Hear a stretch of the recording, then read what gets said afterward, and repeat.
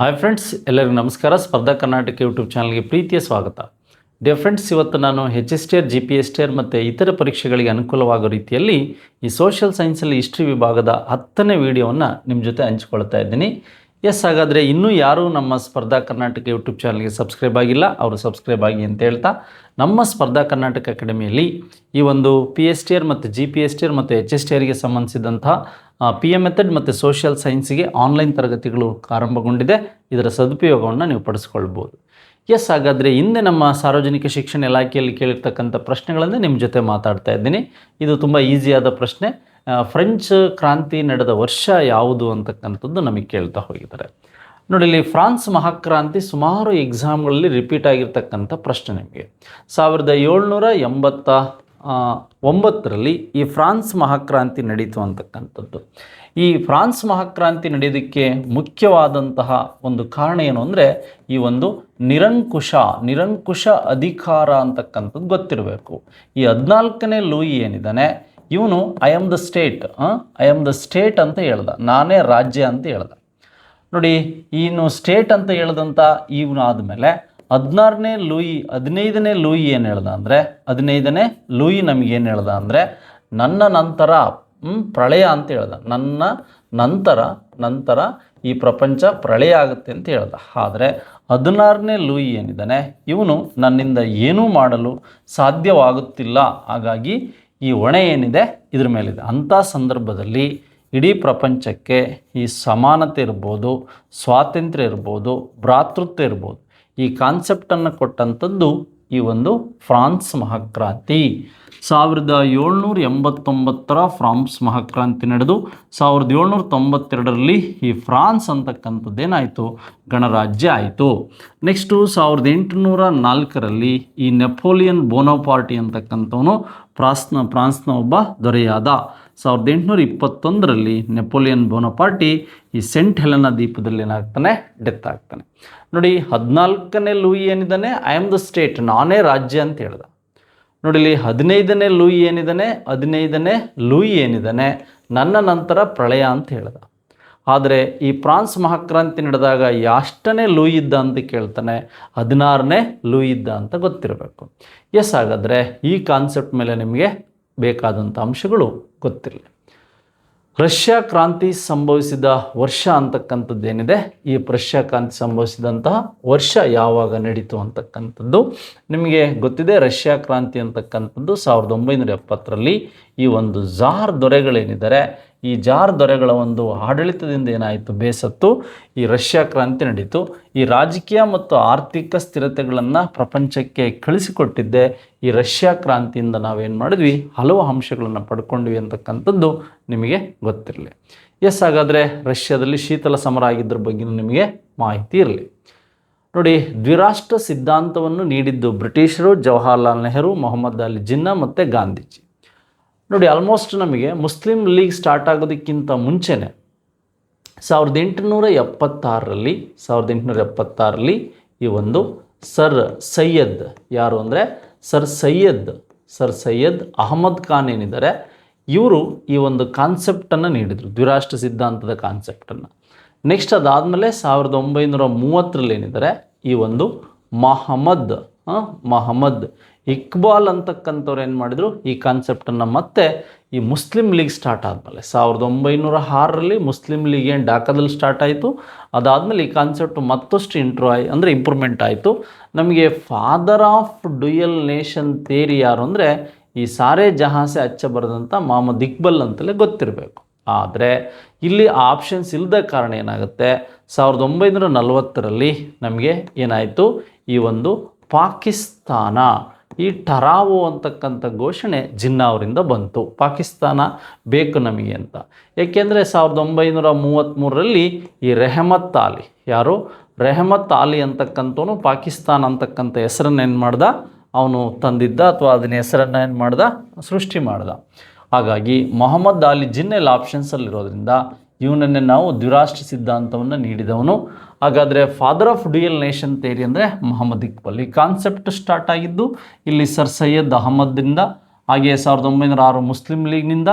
Next 1930ರಲ್ಲಿ Mohammed Iqbal, 1940ರಲ್ಲಿ Pakistan ಟರಾವೋ, ಈ ಪಾಕಿಸ್ತಾನ ಅಂತಕ್ಕಂಥದ್ದು ಏನಿದೆ, ಈ ಬಲೂಚಿಸ್ತಾನ, ಸಿಂಧ್, ಕಾಶ್ಮೀರ, ಅಫ್ಘಾನ್ ಮತ್ತು ಈ ಒಂದು ಪಾಕಿಸ್ತಾನದ ಕೆಲವು ಜಿಲ್ಲೆಗಳಿಂದ ಏನಾಯಿತು, ಪಂಜಾಬಿನ ಕೆಲವು ಜಿಲ್ಲೆಗಳು ಸೇರಿ ಏನಾಯಿತು ಪಾಕಿಸ್ತಾನ ಅಂತ ಹೆಸರು ಬಂತು.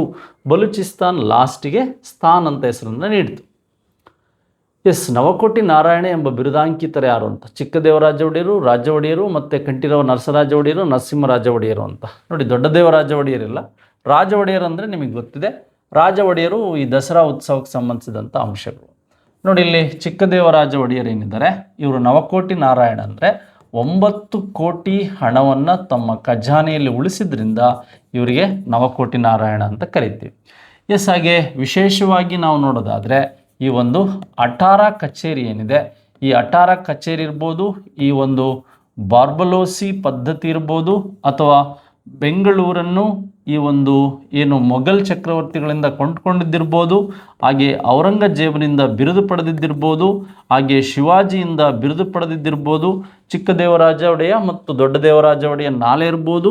ಶ್ರವಣಬೆಳಗೊಳದಲ್ಲಿ ಈ ಕೆರೆಯನ್ನು ಕಟ್ಟಿಸಿದಂಥವರು ಸಹ ಯಾರು ಅಂದರೆ ಈ ಚಿಕ್ಕದೇವರಾಜ ಒಡೆಯರಂತ ನಿಮಗೆ ಗೊತ್ತಿರಬೇಕು.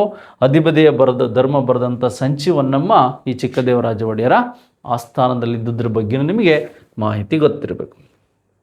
ಹಾಗಾದರೆ ನವಕೋಟಿ ನಾರಾಯಣ ಎಂಬುದರ ಬಿರುದು ನಮಗೀಗ ಮಾಹಿತಿ ಸಿಕ್ತು.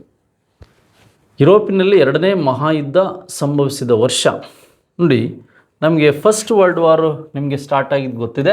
1914ರಿಂದ 18ಕ್ಕೆ ಮುಕ್ತಾಯ ಆಗುತ್ತೆ. 1919ರಲ್ಲಿ ನಮಗೆ ಈ ಒಂದು ವರ್ಸೆಲ್ಸ್ ಒಪ್ಪಂದ ಏನಾಗುತ್ತೆ, ಈ ವರ್ಸೆಲ್ಸ್ ಒಪ್ಪಂದದ ಮೂಲಕ ಸಂಪೂರ್ಣ ಆಗುತ್ತೆ. ನೆಕ್ಸ್ಟು 1920ಕ್ಕೆ ಏನಾಗುತ್ತೆ, ಲೀಗ್ ಆಫ್ ನೇಷನ್ಸ್ ಸ್ಟಾರ್ಟ್ ಆಗುತ್ತೆ, ರಾಷ್ಟ್ರ ಸಂಘ ಸ್ಟಾರ್ಟ್ ಆಗುತ್ತೆ. ಅದಾದಮೇಲೆ 1939ರಿಂದ 1945ಕ್ಕೆ 2ನೇ ಮಹಾಯುದ್ಧ ನಡೆಯುತ್ತೆ. 1939 ಮಂತ್ ಆಫ್ ಸೆಪ್ಟೆಂಬರ್ 1ಕ್ಕೆ ಏನಾಗುತ್ತೆ, ಯುದ್ಧ ಸ್ಟಾರ್ಟ್ ಆಗುತ್ತೆ. ಇದಾದಮೇಲೆ ಯುದ್ಧ ಮುಗಿದ ಮೇಲೆ 1945 ಈ ಒಂದು ಅಕ್ಟೋಬರ್ 24ನೇ ತಾರೀಕು ಏನಾಗುತ್ತೆ, UN ಸ್ಥಾಪನೆ ಆಗುತ್ತೆ. ನೋಡಿ, ಇವುಗಳ ಮೇಲೆ ಪ್ರಶ್ನೆಗಳನ್ನು ಹೆಚ್ಚಾಗಿ ಕೇಳ್ಬೋದು. ಈಗ ಆಸ್ಟ್ರಿಯಾದ ಉತ್ತರಾಧಿಕಾರತ್ವ ಅಥವಾ ಆಸ್ಟ್ರಿಯಾದಲ್ಲಿ ನಡೆದಂಥ ಘಟನೆ, ವರ್ಸೆಲ್ಸ್ ಅಗ್ರಿಮೆಂಟ್ ಇರ್ಬೋದು, ಲೀಗ್ ಆಫ್ ನೇಷನ್ ರಾಷ್ಟ್ರ ಸಂಘ ಸ್ಟಾರ್ಟ್ ಆಗಿದ್ದಿರ್ಬೋದು. ನೆಕ್ಸ್ಟ್ ಅದಾದಮೇಲೆ ಸೆಕೆಂಡ್ ವರ್ಲ್ಡ್ ವಾರ್ಲಿ ಟ್ರಿಪಲ್ ಅಲೈಸಸ್ ಮತ್ತು ಟ್ರಿಪಲ್ ಆಕ್ಸಿಸ್ ಅಥವಾ ಆಕ್ಸಿಸ್ ಪವರ್ ಬಗ್ಗೆ ಗೊತ್ತಿರಬೇಕು, ಮತ್ತು ಎಂಟಿಟಿ ಬಗ್ಗೆ ಗೊತ್ತಿರಬೇಕು.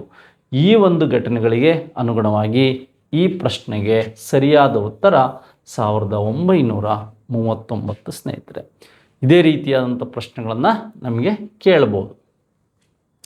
ಪ್ಲಾಸಿ ಕದನ ಜರುಗಿದ್ದು ನೋಡಿ, ಮಂತ್ ಆಫ್ ಜೂನಲ್ಲಿ ಪ್ಲಾಸಿ ಕದನ ಭಾರತದಲ್ಲಿ ಏನಾಯಿತು ಅಂತಕ್ಕಂಥದ್ದು ನೋಡಿ. ಈ ಒಂದು ಪ್ಲಾಸಿ ಅಂತಕ್ಕಂಥದ್ದೇನಿದೆ ವೆಸ್ಟ್ ಬಂಗಾಳದಲ್ಲಿದೆ. ಈ ವೆಸ್ಟ್ ಬಂಗಾಳನಲ್ಲಿ ಒಂದು ಕಾಸಿಂ ಬಜಾರ್ ಅಂತ ಇದೆ. ಈ ಕಾಸಿಂ ಬಜಾರ್ ಇಲ್ಲೇ ನಮಗೆ ಈ ಒಂದು ಬ್ಲ್ಯಾಕ್ ಹೋಲ್ ಟ್ರ್ಯಾಜಿಡಿ ಆಗಿತ್ತು. ಈ ಒಂದು ಕೋಣೆಯಲ್ಲಿ ಸಿರಾಜುದ್ದೌಲ ಏನು ಮಾಡ್ತಾನೆ, ಬ್ರಿಟಿಷರನ್ನ ಕೂಡಿ ಹಾಕಿ 146 ಜನದಲ್ಲಿ 126 ಜನ ಸತ್ತೋಗಿ 26 ಜನ ಉಳಿದಿರ್ತಾರೆ, 23 ಜನ ಉಳಿದಿರ್ತಾರೆ, 123 ಜನ ಸತ್ತೋಗಿರ್ತಾರೆ. ನೋಡಿ, ಕಾಸಿಂ ಬಜಾರಲ್ಲಿ ಇದೊಂದು ಘಟನೆಯಿಂದ ಏನಾಗುತ್ತೆ, ಈ ಮಂತ್ ಆಫ್ ಜೂನಲ್ಲಿ ನಡೆಯುತ್ತೆ, ಜೂನ್ 23ಕ್ಕೆ. ಇದು ನಿಮಗೆ ಗೊತ್ತಿದೆ, ಸಿರಾಜುದ್ದೌಲಾ ಮತ್ತು ಮೀರ್ ಜಾಫರ್ ಈ ಸೈಡ್ ಇದ್ದು ಮೋಸ ಮಾಡ್ತಾನೆ. ಇಲ್ಲಿ ರಾಬರ್ಟ್ ಕ್ಲೈವ್ ಮತ್ತು ಅವನ ಸೇನೆ ಇರುತ್ತೆ. ಈ ಸಿರಾಜುದ್ದೌಲಾ ಸೋತೋಗ್ತಾನೆ. ಈ ಜಯ ಭಾರತದಲ್ಲಿ ಬ್ರಿಟಿಷರ ಸಾಮ್ರಾಜ್ಯ ಸ್ಥಾಪನೆಗೆ ಇಂಟ್ರಡಕ್ಷನ್ ನಾಂದಿ ಆಡಿದಂಥ ಕದನ ಯಾವುದು ಅಂದರೆ ಬೆಟಲ್ ಆಫ್ ಪ್ಲಾಸಿ. 1757ರ ಬೆಟಲ್ ಆಫ್ ಪ್ಲಾಸಿ ಅಂತಕ್ಕಂಥದ್ದು ನಿಮಗೆ ಚೆನ್ನಾಗಿ ಗೊತ್ತಿರಬೇಕು. ಪ್ಲಾಸಿ ಹಂಗಾದರೆ ವೆಸ್ಟ್ ಬಂಗಾಳಲ್ಲಿದೆ. ಪ್ಲಾಸಿಗೆ ಮುಖ್ಯ ಕಾರಣ ದಸ್ತಾಕ್ ಪಾಸ್ಗಳ ದುರುಪಯೋಗ ಇರ್ಬೋದು, ವೆಸ್ಟ್ ಬಂಗಾಳ ಸುತ್ತ ಕೋಟೆ ಕಟ್ಟಿದ್ದಿರ್ಬೋದು. ಇವೆಲ್ಲ ಸಿರಾಜುದ್ದೌಲಾ ಏನು ಮಾಡ್ತಾನೆ, ಸಹಿಸಿಕೊಳ್ಳದೆ ಬ್ರಿಟಿಷರ ವಿರುದ್ಧ ಈ ಒಂದು ಹೋರಾಟ ಸ್ಟಾರ್ಟ್ ಆಗುತ್ತೆ. ನೆಕ್ಸ್ಟು ಬಕ್ಸರ್ ಬಗ್ಗೆ ನಿಮಗೆ ಗೊತ್ತಿರಬೇಕು. ಬಕ್ಸರ್ ಅಂತಕ್ಕಂಥ ಪ್ಲೇಸ್ ಎಲ್ಲಿದೆಯಪ್ಪ ಅಂದರೆ ಈ ಒಂದು ಬಿಹಾರದಲ್ಲಿದೆ.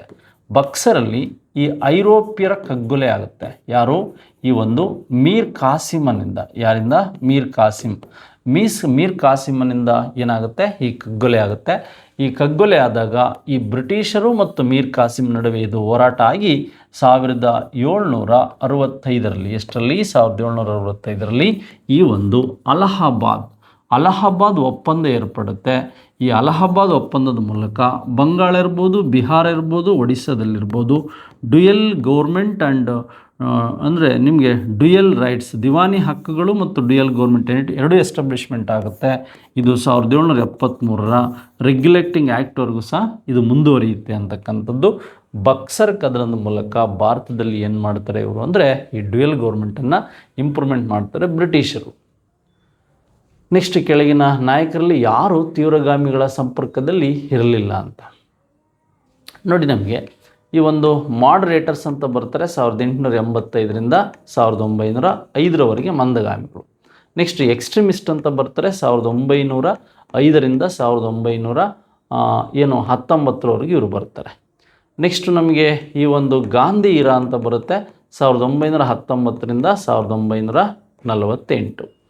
ನೋಡಿ, ಬ್ರಿಟಿಷರ ಒಂದು ಸ್ವತಂತ್ರದ ಭಿಕ್ಷಾಟನೆ ಮಾಡಿದವರು ಮಾಡರೇಟರ್ಸ್ ಅಂತ ಹೇಳಿದವರು ಇರಲ್ಲ. ಬಿಪಿನ್ ಚಂದ್ರ ಪಾಲು, ಈ ಒಂದು ಬಾಲ್ ಗಂಗಾಧರ ತಿಲಕ್, ಲಾಲ್ ಲಜಪತ್ ರಾಯ್. ಹಾಗಾಗಿ ತೀವ್ರಗಾಮಿಗಳಲ್ಲಿ ಲಾಲ್, ಬಾಲ್, ಪಾಲ್ ಅಂತ 3 ಜನ ಏನಿದ್ರು, ಈ 3 ಜನ ಬಿಟ್ಟರೆ ಅರವಿಂದ ಘೋಷ್ ನಂತರ ಸಪೋರ್ಟಿವ್ ಆಗಿರ್ತಾರೆ. ಹಾಗಾಗಿ ಇವ್ರನ್ನ ಬಿಟ್ಟರೆ ನಿಮಗೆ ಇವು 3 ಇಂಪಾರ್ಟೆಂಟು: ಮಂದಗಾಮಿಗಳು, ತೀವ್ರಗಾಮಿಗಳು, ಗಾಂಧಿಯುಗ. ಹಾಗಾಗಿ ಈ ದಾದಾಬಾಯಿ ನವರೋಜಿ ಇವರೆಲ್ಲ ಬರೋದು ಮಂದಗಾಮಿಗಳಲ್ಲಿ, ಗಾಂಧೀಜಿ. ಎಕ್ಸ್ಟ್ರೀಮಿಸ್ಟಲ್ಲಿ ರಾಘವಾಚಾರಿ, ವಿಜಯ್ ರಾಘವಾಚಾರಿ, ಅರವಿಂದ ಘೋಷ್ ಇವರೆಲ್ಲ ಮುಂದೆ ಬರ್ತಾರೆ. ಆದರೆ ಈ 3 ಜನ ಏನಾಗಿದ್ದರು, ಇವರು ತೀವ್ರಗಾಮಿಗಳ ಸಂಪರ್ಕದಲ್ಲಿ ಇರಲಿಲ್ಲ ಅಂತ ಹೇಳಿದ್ದು ಯಾರಿಗೆ ಅಂದರೆ ಈ ಅರವಿಂದ ಘೋಷ್ ಅಂತಕ್ಕಂಥವ್ರು ಸಂಪರ್ಕದಲ್ಲಿ ಫಸ್ಟ್ ಇರಲಿಲ್ಲ ಅಂತಕ್ಕಂಥದ್ದು ಗೊತ್ತಿರಬೇಕು ನಿಮಗೆ. ಲಾಲ್ ಲಜಪತ್ ರಾಯ್ ನಿಮಗೆ ಗೊತ್ತಿದೆ, ಈ ಒಂದು ಬ್ರಿಟಿಷ್ ಸೈಮನ್ ಕಮಿಷನ್ ಬಂದಾಗ ವಿರೋಧಿಸಿ ಸತ್ತವರು.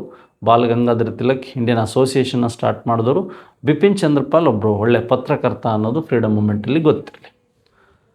ಮುಸ್ಲಿಮರಿಗೆ ಪ್ರತ್ಯೇಕ ಮತದಾನ ಯಾವ ಕಾಯ್ದೆಯಲ್ಲಿ ಪರಿಚಯಿಸಲಾಯಿತು? ನೋಡಿ, ಇದು ಹೆಚ್ಚು ರಿಪೀಟ್ ಆಗ್ತಕ್ಕಂಥ ಪ್ರಶ್ನೆ, ನಿಮಗೆಲ್ಲ ಗೊತ್ತಿದೆ.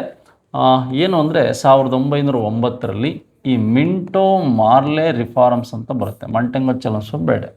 ಈ ಮಿಂಟೋ ಅಂತಕ್ಕಂಥವ್ರು ಏನಿದ್ರು ವೈಸರಾಯಿ, ಮಿಂಟೋ ಅಂತಕ್ಕಂಥ ವೈಸರಾಯಿ ಏನು ಮಾಡ್ತಾರೆ, ಈ ಡಿಸಿಷನ್ನ ತಗೊಳ್ತಾರೆ. ಮುಸ್ಲಿಮರಿಗೆ ಪ್ರತ್ಯೇಕ ಮತದಾನದ ಅವಕಾಶವನ್ನು ನೀಡಿದ್ದೆ ಈ ಮಿಂಟೋ ಮಾರ್ಲೆ ರಿಫಾರ್ಮ್ಸ್. ನೋಡಿ, 1904ರಲ್ಲಾಗಿದ್ದು ವಿ ಆ್ಯಕ್ಟ್ ಅಂತಕ್ಕಂಥದ್ದಾಗುತ್ತೆ. ಈ ಆ್ಯಕ್ಟು ಯಾರ ಕಾಲದಲ್ಲಿ ಆಗುತ್ತೆ ಅಂದರೆ ಲಾರ್ಡ್ ಕರ್ಜನ್ ಕಾಲದಲ್ಲಿ ಇದಾಯಿತು ಅಂತಕ್ಕಂಥದ್ದು ಗೊತ್ತಿರಬೇಕು. ನೋಡಿ, 9ನೇ ಪ್ರಶ್ನೆಗೆ ನಾವಿಲ್ಲಿ ಮಾಹಿತಿಯನ್ನು ತಿಳ್ಕೊಂಡ್ವಿ. ಹಾಗೆ ಮುಸ್ಲಿಂ ಲೀಗ್ಗೆ ಸಂಬಂಧಿಸಿದಂಥ ಗುಣಗಳು ಸಹ ನಾವಿಲ್ಲಿ ತಿಳ್ಕೊಂಡ್ವಿ. ನೆಕ್ಸ್ಟ್ ಅದಾದಮೇಲೆ 1857ರ ದಂಗೆಯನ್ನು ಭಾರತದ ಪ್ರಥಮ ಸ್ವತಂತ್ರ ಸಂಗ್ರಾಮ ಎಂದು ಕರೆದವರು ಯಾರು ಅಂತ ನೋಡಿ. 1857ರ ದಂಗೆಯನ್ನು ಪ್ರಥಮ ಸ್ವತಂತ್ರ ಸಂಗ್ರಾಮ ಅಂತ ಕರೆದಂಥವ್ರು ಯಾರು ಮತ್ತು ಆ ಪುಸ್ತಕವನ್ನು ಬರೆದಂಥವ್ರು ಯಾರು ಅಂತ ವಿ ಡಿ ಸಾವರ್ಕರ್. ಫಸ್ಟು 1904ರಲ್ಲಿ ಒಂದು ಅಭಿನವ ಭಾರತ ಅಂತ ಏನು ಮಾಡ್ತಾರೆ, ಈ ನಾಸಿಕ್ಕಲ್ಲಿ ಸ್ಟಾರ್ಟ್ ಮಾಡ್ತಾರೆ. ಅದಾದಮೇಲೆ 1907ರಲ್ಲಿ ಈ ಇಂಡಿಯನ್ ಹೌಸ್ನಿಂದ ಏನು ಮಾಡ್ತಾರೆ, ಲಂಡನ್ನಲ್ಲಿ ಈ ಒಂದು ಪುಸ್ತಕವನ್ನು ಬಿಡುಗಡೆ ಮಾಡ್ತಾರೆ. ಅದೇ 1857 ಫಸ್ಟ್ ಇಂಡಿಪೆಂಡೆಂಟ್ ವಾರ್ ಅಂತಕ್ಕಂಥ ಪುಸ್ತಕ. ಈ ಪುಸ್ತಕವನ್ನು ಬರೆದು ಇದನ್ನು ಪಬ್ಲಿಷ್ ಮಾಡಿದ್ದು 50 ವರ್ಷ, ಪ್ರಥಮ ಸ್ವತಂತ್ರ ಸಂಗ್ರಾಮ ನಡೆದು 50 ವರ್ಷದ ನೆನಪಿಗಾಗಿ ಏನು ಮಾಡ್ತಾರೆ, ಇದನ್ನು ಬಿಡುಗಡೆ ಮಾಡ್ತಾರೆ. ಹಾಗಾಗಿ ನಿಮಗೆ ವಿ ಡಿ ಸಾವರ್ಕರ್ ಅವರು ಸ್ವರಾಜ್ಯ ರಕ್ಷಣೆಗಾಗಿ ಪರಕೀಯರ ವಿರುದ್ಧ ದೇಶೀಯರು ನಡೆಸಿದಂತಹ ಒಂದು ಹೋರಾಟವೇ ಪ್ರಥಮ ಸ್ವತಂತ್ರ ಸಂಗ್ರಾಮ ಅಂತ ಹೇಳಿದವರು ವಿ ಡಿ ಸಾವರ್ಕರ್. ಹಾಗೆ ಪ್ರಥಮ ಸ್ವತಂತ್ರ ಸಂಗ್ರಾಮ ಅಂತಕ್ಕಂಥ ಪುಸ್ತಕವನ್ನು ಹೆಸರಿಟ್ಟು ಬರೆದಂಥವರು ಸಹ ವಿ ಡಿ ಸಾವರ್ಕರ್ ಅಂತಕ್ಕಂಥದ್ದು. 1856ರಲ್ಲಿ ಇಂಡಿಯನ್ ಅಸೋಸಿಯೇಷನನ್ನು ಸ್ಥಾಪನೆ ಮಾಡಿದ್ದು ಕಲ್ಕತ್ತಾದಲ್ಲಿ. ತಿಲಕ್ ಅವ್ರ ಬಗ್ಗೆ ನಿಮಗೆ ಗೊತ್ತಿರಬೇಕು. SN ಸೇನ್ ಮತ್ತು ಅಸೀಂ ಮುಜುಮ್ದಾರ್ ಬಗ್ಗೆನೂ ಸಹ ನಿಮಗೆ ಗೊತ್ತಿರಬೇಕು. ಹಾಗಾದರೆ ಈ ರೀತಿಯ ಪ್ರಶ್ನೆಗಳನ್ನು ನಮಗೆ ಹೈಸ್ಕೂಲ್ ಟೀಚರ್ಗಳಲ್ಲಿ ಕೇಳಿರ್ತಕ್ಕಂಥದ್ದು ನೋಡ್ಬೋದು. ಕಾನ್ಪುರದಲ್ಲಿ ನಡೆದ 1857ರ ದಂಗೆಯ ನೇತೃತ್ವ ವಹಿಸಿದವರು ಜತಿನ್ ಮಹಲ್, ನಾನಾ ಸಾಹೇಬ್ ಮತ್ತು ತಾಂತ್ಯಾ ಟೋಪಿ ಮತ್ತು ಈ ಒಂದು ಬಕ್ತ ಖಾನ್. ನೋಡಿ, ಬಕ್ತ ಖಾನ್ ಅಂತಕ್ಕಂಥವನು ದೆಹಲಿಯಲ್ಲಿ ದಂಗೆಯ ನಾಯಕತ್ವ ವಹಿಸ್ತಾನೆ. ಇಲ್ಲಿ ನಿಯಂತ್ರಕ ಯಾರು ಅಂತಕ್ಕಂಥದ್ದು ಗೊತ್ತಿರಬೇಕು, ನಿಕೋಲಸ್ ಅಂತ. ತಾಂತ್ಯಾ ಟೋಪಿ ಅಂತಕ್ಕಂಥವನು ಮಧ್ಯಪ್ರದೇಶದ ಈ ಗ್ವಾಲಿಯರ್ನಲ್ಲಿ ದಂಗೆಯ ನಾಯಕತ್ವ ವಹಿಸ್ತಾನೆ. ನಾನಾ ಸಾಹೇಬ್ ಅಂತಕ್ಕಂಥವನು ಈ ಒಂದು ಕಾನ್ಪುರದಲ್ಲಿ. ನಾನಾ ಸಾಹೇಬ್ ಯಾರು ಅಂದರೆ ನಿಮಗೆ ಕೊನೆಯ ಪೇಶ್ವಾದಂಥ 2ನೇ ಬಾಲಾಜಿ ಬಾಜಿರಾವನ ದತ್ತು ಪುತ್ರ ಈ ಒಂದು ನಾನಾ ಸಾಹೇಬ್ ಅಂತ ಗೊತ್ತಿರಬೇಕು. ನಾನಾ ಸಾಹೇಬನ ಸೇನಾನಿಯೇ ತಾಂತ್ಯಾ ಟೋಪಿ ಅಂತಕ್ಕಂಥದ್ದು ಗೊತ್ತಿರಬೇಕು. ಈ ಅಂದರೆ ಕಾನ್ಪುರ, ಗ್ವಾಲಿಯರ್ ಮತ್ತು ಈ ಜತಿನ್ ಮಹಲ್ ಅಂತಕ್ಕಂಥವಳು ಜೀನತ್ ಮಹಲ್ ಅಂತಕ್ಕಂಥವಳು ಎಲ್ಲಿ ದಂಗೆಯನ್ನು ನಿಯಂತ್ರಿಸ್ತಾರೆ ಅಂತಕ್ಕಂಥದ್ದನ್ನು ನೋಡಿದರೆ ನಾವು ಅಥವಾ ಹೋರಾಟವನ್ನು ಮಾಡ್ತಾರೆ ಅಂತ ನೋಡಿದರೆ ನಾವು ಈ ಲಕ್ನೋದಲ್ಲಿ ಈ ಒಂದು ಜೀನತ್ ಮಹಲ್ ಜೊತೆಗೆ ಈ ಒಂದು ಜೀನತ್ ಮಹಲ ಮಗ ಏನು ಮಾಡ್ತಾನೆ ಬಿರ್ಜಿಷ್ ಖಾನ್ ಅಂತಕ್ಕಂಥವನು ಸಹ ಈ ದತ್ತು ಮಗ ಬಿರ್ಜಿಷ್ ಖಾನ್ ಅಂತಕ್ಕಂಥವನು ಸಹ ದಂಗೆಯನ್ನು ನೋಡ್ತಾನೆ. ಕಾಲಿಸ್ ಕ್ಯಾಂಬೆಲ್ ಅಂತಕ್ಕಂಥವ್ರು ಯಾರು ಕಾಲಿಸ್ ಕ್ಯಾಂಬೆಲ್ ಅಂತಕ್ಕಂಥವ್ರು ಈ ಲಕ್ನೋ ಮತ್ತು ಕಾನ್ಪುರದಲ್ಲಿ ದಂಗೆಯನ್ನು ನಿಯಂತ್ರಣ ಮಾಡ್ತಾರೆ. ಈ ನಿಕೋಲಸ್ ಅಂತಕ್ಕಂಥವನು ದೆಹಲಿಯಲ್ಲಿ ಬ್ರಿಟಿಷ್ ಆಫೀಸರ್ ದಂಗೆಯನ್ನು ನಿಯಂತ್ರಣ ಮಾಡ್ತಾನೆ. ಬಕ್ತ ಖಾನ್ ದೆಹಲಿ, ಗ್ವಾಲಿಯರ್ನಲ್ಲಿ ತಾಂತ್ಯ ಟೋಪಿ, ಕಾನ್ಪುರದಲ್ಲಿ ನಾನಾ ಸಾಹೇಬ್, ಹಾಗೆ ಜೀನತ್ ಮಹಲ್ ಅಂತ ಅಥವಾ ಹಜರತ್ ಮಹಲ್ ಅಂತ ಕರಿತೀವಿ, ಅವಳು ಲಕ್ನೋದಲ್ಲಿ ದಂಗೆ ನಾಯಕತ್ವವನ್ನು ವಹಿಸ್ತಾರೆ ಅಂತಕ್ಕಂಥದ್ದು ಗೊತ್ತಿರಬೇಕು. ನೆಕ್ಸ್ಟ್ ನಿಮಗೆ ಝಾನ್ಸಿಯಲ್ಲಿ ಝಾನ್ಸಿ ರಾಣಿ ಲಕ್ಷ್ಮೀಬಾಯಿ ಇರ್ಬೋದು. ಬಿಹಾರದಲ್ಲಿ ಸಹ ಮೀರತ್ತಲ್ಲಿ ನಿಮಗೆ ಮತ್ತಾರು ದಂಗೆ ನಾಯಕತ್ವ ವಹಿಸ್ತಾರೆ ಮತ್ತು ಬಿಹಾರದಲ್ಲಿ ಯಾರು ವಹಿಸ್ತಾರೆ ಅಂತ ಗೊತ್ತಿರಬೇಕು. ಶೀತಲ ಸಮರದಲ್ಲಿ ಪ್ರಮುಖ ಪಾತ್ರ ವಹಿಸಿದ್ದ ರಾಷ್ಟ್ರಗಳು ರಷ್ಯಾ ಮತ್ತು ಜರ್ಮನಿ, ರಷ್ಯಾ ಮತ್ತು ಇಂಗ್ಲೆಂಡ್, ಮತ್ತು ರಷ್ಯಾ ಮತ್ತು USA, ರಷ್ಯಾ ಮತ್ತು ಫ್ರಾನ್ಸ್. ನಿಮಗೆಲ್ಲ ಗೊತ್ತಿದೆ, 2 ದೊಡ್ಡಣ್ಣ ರಾಷ್ಟ್ರಗಳು. ವಿಸ್ತೀರ್ಣದಲ್ಲಿ ದೊಡ್ಡಣ್ಣ ರಾಷ್ಟ್ರ ಇದು. ಏನೋ ಒಂದು ಸೆಲೆಕ್ಟ್ ಆಗಿರ್ತಕ್ಕಂಥ ಕಾಯಂ ಸದಸ್ಯ ರಾಷ್ಟ್ರಗಳಲ್ಲಿ ಸೈದ್ಧಾಂತಿಕವಾದಂತಹ ಹೋರಾಟವನ್ನು ಶೀತಲ ಸಮರ ಅಂತ ಕರಿತೀವಿ. ನಮ್ಮ ಹತ್ರ ಇಷ್ಟು ಆಯುಧಗಳಿದೆ.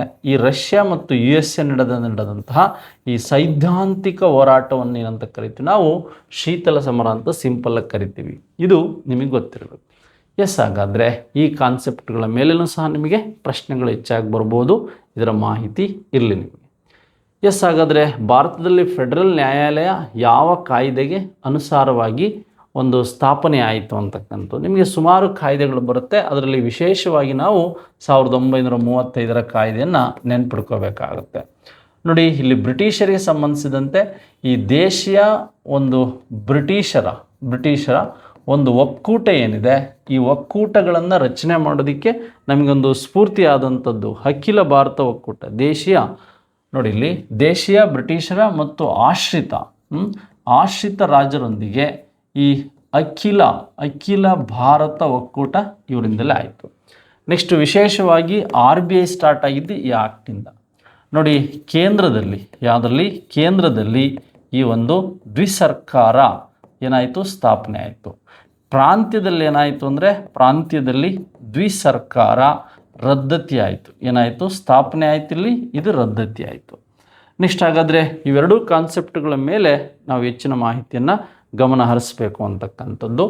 RBI ಅಂತಕ್ಕಂಥದ್ದು 1935ರ ಆ್ಯಕ್ಟ್ ಪ್ರಕಾರನೇ ನಮಗೆ ಮುಂದೆ ಏನಾಯಿತು ಅಂದರೆ ಕೆಲವು ಈ ಶ್ವೇತಪತ್ರ ಬಿಡುಗಡೆಯಾಗಿ ಮುಂದೆ ಹಲವು ಯೋಜನೆಗಳಿಗೆ ಬಿಡುಗಡೆ ಆಗೋದಕ್ಕೆ ಅಂದರೆ 1932ರ 3ನೇ ದುಂಡು ಮೇಜಿನ ಸಮ್ಮೇಳನದ ಶ್ವೇತಪತ್ರದ ಅನ್ವಯ ಈ ಆ್ಯಕ್ಟ್ ಜಾರಿಗೆ ಬಂತು ಅಂತ ಕರಿತೀವಿ. ಕೇಂದ್ರದಲ್ಲಿ ದ್ವಿಸರ್ಕಾರ ಸ್ಥಾಪನೆ, ಪ್ರಾಂತ್ಯದಲ್ಲಿ ರದ್ದತೆ, ದೇಶೀಯ ಮತ್ತು ಆಶ್ರಿತ ರಾಜರ ಒಕ್ಕೂಟಿಸಿ ಏನು ಮಾಡ್ತಾರೆ, ಅಖಿಲ ಭಾರತ ಒಕ್ಕೂಟವನ್ನು ಸ್ಥಾಪನೆ ಮಾಡ್ತಾರೆ ಈ ಆ್ಯಕ್ಟ್ ಪ್ರಕಾರ. ನಿಮಗೆ ಈ ಮಾಹಿತಿ ಗೊತ್ತಿರಬೇಕು. ಇದುವರೆಗೆ ನಾವು ವಿಡಿಯೋಗಳನ್ನು ನೋಡಿದ್ವಿ. ಹೆಚ್ಚಿನ ಮಾಹಿತಿಗಾಗಿ ಮುಂದಿನ ವಿಡಿಯೋಗಳನ್ನು ನೋಡೋಣ. Thank you very much. ಧನ್ಯವಾದಗಳು.